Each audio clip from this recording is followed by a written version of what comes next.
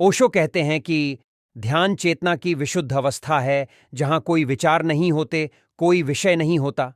साधारणतया हमारी चेतना विचारों से, विषयों से, कामनाओं से आच्छादित रहती है, जैसे कि कोई दर्पण धूल से ढंका हो। हमारा मन एक सतत प्रवाह है। विचार चल रहे हैं, कामनाएं चल रही हैं, पुरानी स्मृतियां सरक रही हैं। रात दिन एक अनवरत सिलसिला है। नींद में भी हमारा मन चलता रहता है, स्वप्न चलते रहते हैं। यह अध्यान की अवस्था है।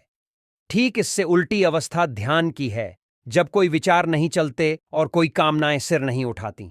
सारा ऊहापोह शांत हो जाता है और हम परिपूर्ण मौन में होते हैं। वह परिपूर्ण मौन ध्यान है और इसी में सत्य का साक्षात्कार होता है। जब मन नहीं होता, तब जो होता है वह ध्यान है। ध्यान की जगह ओशो ने शुरुआती तैयारी के सुझाव भी दिए हैं। उनके अनुसार अगर ध्यान के लिए एक नियत जगह चुन सकें, एक छोटा सा मंदिर, घर में एक छोटा सा कोना, एक ध्यान कक्ष, तो सर्वोत्तम है। फिर उस जगह का किसी और काम के लिए उपयोग न करें, क्योंकि हर काम की अपनी तरंगें होती हैं। उस जगह का उपयोग सिर्फ ध्यान के लिए करें और किसी काम के लिए उसका उपयोग न करें, तो वह जगह चार्ज हो जाएगी और रोज हमारी प्रतीक्षा करेगी। वह जगह बहुत सहयोगी हो जाएगी। वहां एक वातावरण निर्मित हो जाएगा जिसमें हम बहुत सरलता से ध्यान में गहरे प्रवेश कर सकते हैं। इसी वजह से मंदिरों, मस्जिदों, चर्चों का निर्माण हुआ था। कोई ऐसी जगह हो जिसका उपयोग सिर्फ ध्यान और प्रार्थना के लिए हो।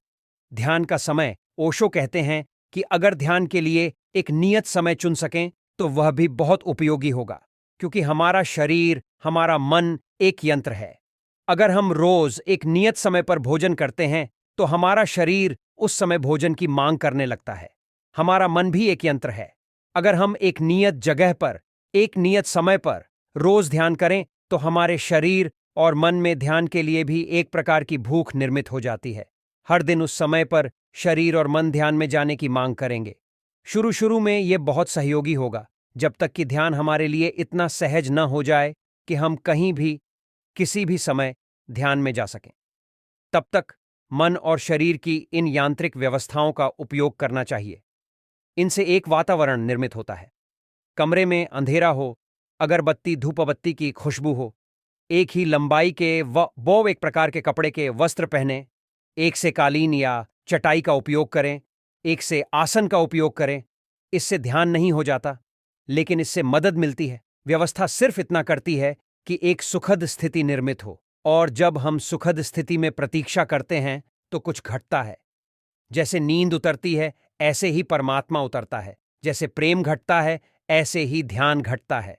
हम इसे प्रयास से नहीं ला सकते, हम इसे जबरदस्ती नहीं पा सकते।